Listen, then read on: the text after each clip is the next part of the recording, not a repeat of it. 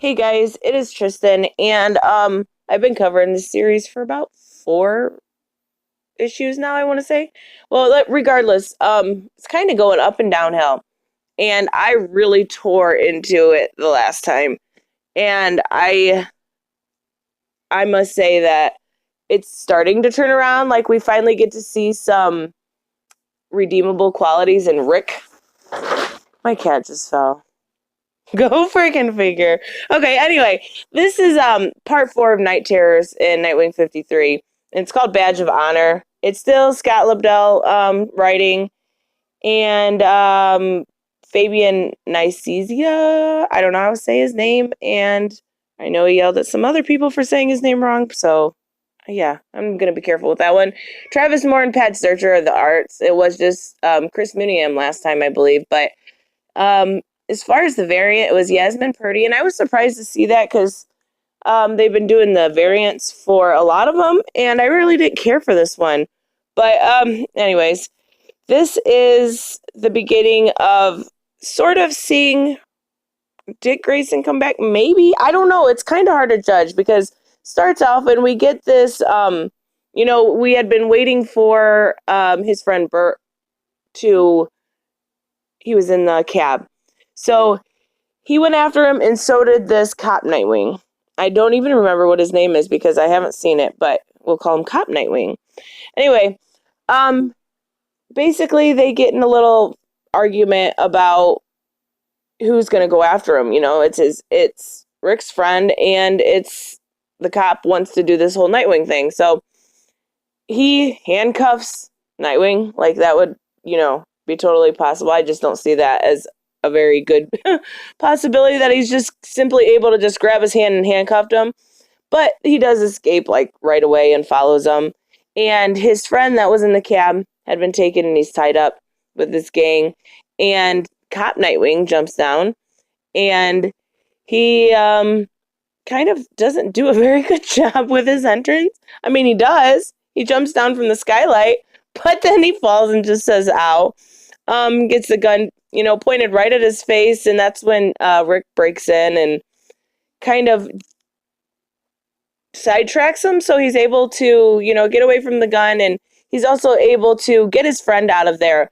But the only part I didn't like about this is Dick Grayson before would have not just left Cop Nightwing there, because he kind of just grabbed his friend and left. He just left, the guy to die or do whatever. But we get a really good art, like, splash page here that is done. I love this. I think it is so well done. The art has improved, I think. Last time I didn't really care for it. But anyways, he visits his friend in the hospital, and they're talking back and forth about Nightwing, and he knows that he used to be him. And he says, "Are you crushing on the guy?" And he's like, "No, he used to be younger and hotter." So it's just kind of a little bit of back and forth between them. So Rick heads to the bar, and his friend Tiny's coming out, and he's all upset. He's got a meeting tomorrow for AA, and he's 3 sheets to the wind. And he's like, "I'm such a loser." And he's like, "Well, you're leaving here, so maybe you're not such a loser." But then he gets talking to the bartender, and he kind of, you can tell there's like a little something there. He's looking at his beer, and he can see the reflection of Nightwing, and you can tell there's something there. So they decide that they're going to go on a date. And then we get one of the cops that had been in the previous issue. We switch to him. He's watching the news about all of this going down with the cabbie, and all of a sudden Cop Nightwing shows up, and he is just beaten all to hell, and he says, "You need to go to the hospital." He's like, "No doctors."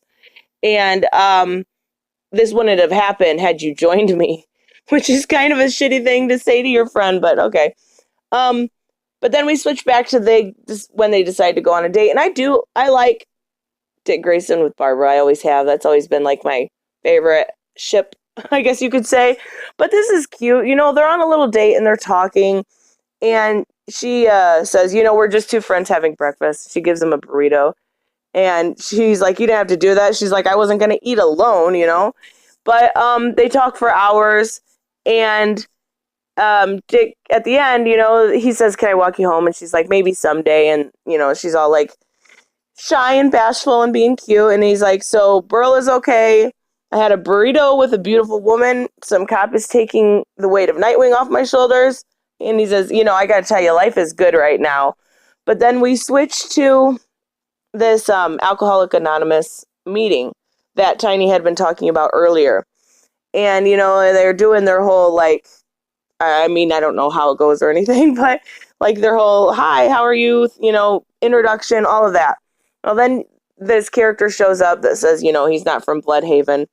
But he starts, kind of, with each one, he gets a little creepier and a little creepier and a little creepier until, you see that everything's starting to line up with it being Scarecrow. And I figured that was going to happen. It happened with the drowning victim before. So we get Scarecrow, and he releases his fear toxin at this AA meeting and just basically says, you can bring, the entire city to your knees with fear. And so we get the little teaser that the next one's going to be called Nothing to Fear. And I love this picture of Scarecrow. This is Scarecrow to me. This is so good. I love when he looks like this, and I love how he looks in Arkham Knight. Very, very well done. But that's the end. We finally get an introduction of a real villain that they're going to use in this arc. And I know we knew it was going to be Scarecrow, but we finally actually get to see him more than just counseling patients and drowning people in their bed. I must say, I was very, very annoyed with it last time with all, like, the weird, like, hashtag cute cabbie stuff and it was just very off to me this last time. And maybe it needed that to get right back on track, because as irritating it is that he's not himself, you also are starting to root for him, and you're also starting to be like, he was this character that was broken down, and he was a character that was beaten down and shot and in the hospital. And now we're kind of finally getting to see a reconstruction of a hero. And hopefully that reconstruction leads to him getting his memory back.